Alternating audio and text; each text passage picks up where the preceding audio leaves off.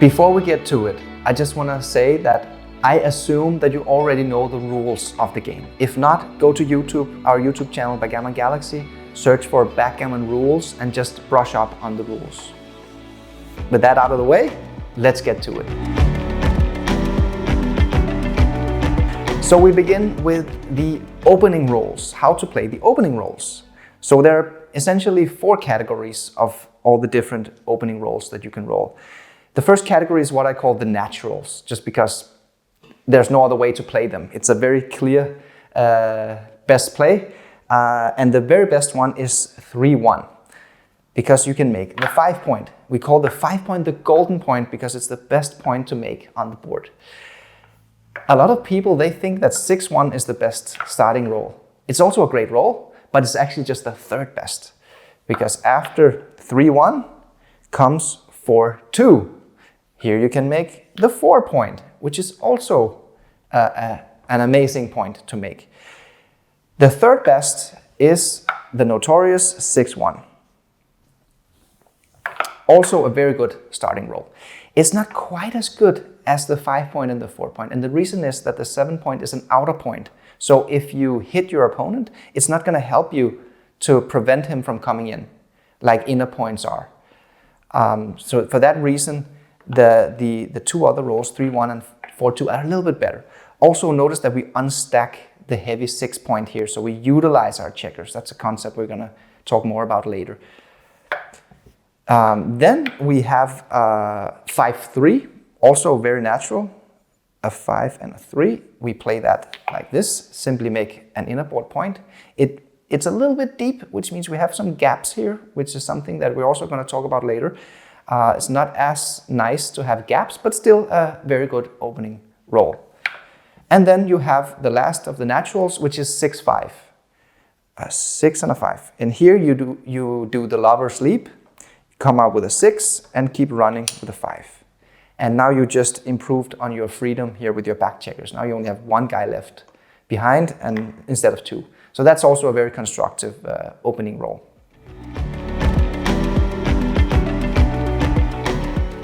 Next up, we have the 6s, namely the 6s that are not part of the naturals. So that would be 6-2, 6-3, and 6-4.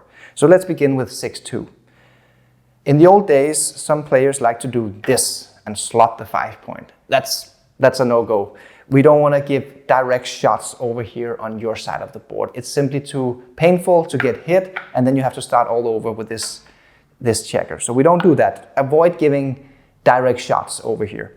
The best play is simply just to come out with a 6. We call this a split because we split the back checkers with the aim of making an advanced anchor like this. And then with the deuce, we can unstack the heavy midpoint and bring a builder down to the 11 point. This is a very useful checker because we can use it as a builder to make the 7 and the 5 point, or even the 9 point as well. So this is a nice and flexible and balanced way. You could also run all the way. It's just not quite as good. It's not quite as balanced. You don't get to unstack your midpoint.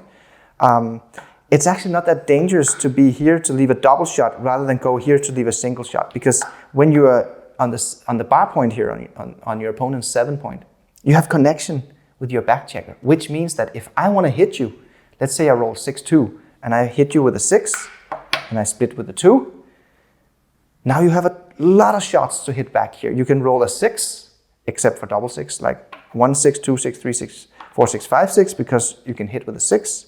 Or you can roll a 7, that would be 5-2 or 4-3. So it's a lot of hitting shots. You're actually basically a coin flip whether you hit this checker or not. And if you do, then it's much worse for me because now I have to start all over with this checker. So the conclusion is that it's not dangerous to split out here to the bar point early in the game. So 6 and 2 should be played like this. Moving on, next up, we have the 6-3. It's exactly the same argument. With 6-3, it becomes slightly better to run all the way compared to 6-2 because it's a little bit of a better running roll, one more pip and fewer shots, but it's still the best play to just unstack the midpoint and bring another builder down to develop your prime over here. Last up, 6-4. So 6-4 is actually interesting because compared to 6-3 and 6-2, running all the way with 6-4 is better because it's fewer shots. It's just 11 shots instead of 11 plus additionals. And it's more pips, so it's more advantageous in a racing game. So it's actually a pretty good move now. And the funny thing with 6-4 is that you have 3 moves that are equally good. You could either run all the way, or you can play it like you did with 6-2 and 6-3, which is to split to the bar point and bring a builder down to the 9 point. This is actually a great move because this builder here is very active. You can basically all of your rolls next roll, except for 3-2 and 5-1, will make a key point over here in your prime. 5-1 is also good actually because you make this. So 6-4 played like this, also very good. Or you can play the most aggressive variation where you aim for a blitzing formation where you simply make the 2 point. Why is this not a clear play? Because with 3-1, 4-2 and 5-3 we were making inner board points. What's the problem here with 6-4? Well, look at all these gaps you have in your structure. And this is an important concept we're going to talk about later, namely to aim for a gapless structure. So there is a drawback to making this play. Nevertheless, it's still a good move. It's an inner board point. You have no blots in the position. A blot is a checker that's alone on a point. No blots, 10 pips moved, very safe. It's also a good play. So I would say it's a matter of style or preference. You can play it either way. The third category of opening rolls are the middle numbers. So that would be 5-4, 5-2, 4-3, and 3-2. Numbers where you can't build anything and you can't run out with a 6. So nevertheless, we have to make the best out of it. Let's begin with 5-4. You could run all the way, but it's not a particularly attractive move. The 5 should be played like this. We play the 5 down to the 8 point, from the 13 point down to the 8 point. Now with the 4, it's a close call, because you could either play offensively and bring a builder down. Now we have 10 checkers in the zone. That's a lot of material here to either make a priming formation or a blitz attack. Or we could make the splitting play, which splits up the anchor. It aims for an advanced anchor, which is very strong if we can make that, or it aims to simply just run off with this one checker.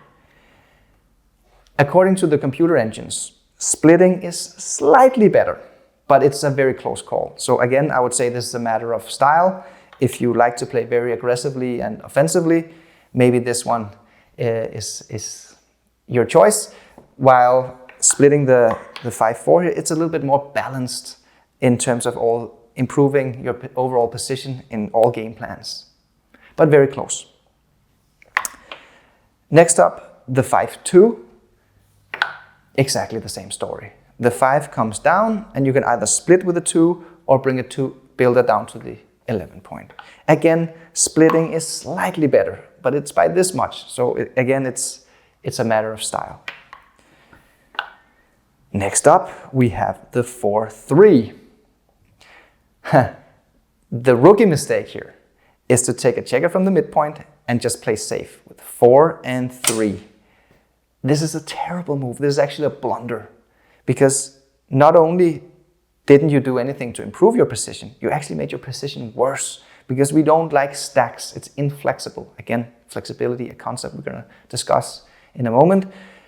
You don't want to stack your points like this. It's very bad. A much better move is to create flexibility. Bring 2 builders down from the midpoint. Look at this beautiful checker distribution that you have here. Literally all of your dice combinations will make a key point over here in your prime next time. The prime is the blocking structure that you can create over here on your side of the board to trap your opponent's back checkers. So this is a very nice and flexible move. Is it dangerous? Well, it's not that dangerous. It's a little bit risky because there are some shots here. I could roll a 6-2, 6-3, 4-5, double 4, double 2. Actually, I'm not going to hit with double 2. And 3-5. So it's a little bit dangerous, but I'm a big favorite to not hit you here with a fly shot. So it's worth it. By the way, this is a really important philosophical idea about how to play backgammon. You don't want to play safe all the time. If you keep playing safe, it's actually not safe because your position will collapse in the future. So the right way to go about it is to take small risks all the time, to constantly improve your position, because then you will end up with a much stronger position in the future. So this is the way to go. You could also split the back checkers, and that's also a very good move. It's actually equally good. So you could either come down with a 4 here and split with a 3, very nice and balanced move, or you could do it the other way around, split with a 4 and come down with a 3. I have a slight preference for this one, because here you have the builder on the 9 point, which creates more dice combinations to build points over here. If you do it this way around, you duplicate concept for later. Some of your own good rolls, namely 3-1 in particular. But either way is fine. You could split the back checkers like this. And then last up we have the 3-2. And it's very similar to the 4-3. You could either play 2 men down, which is nice and flexible, or you could split the back checkers and bring a builder down.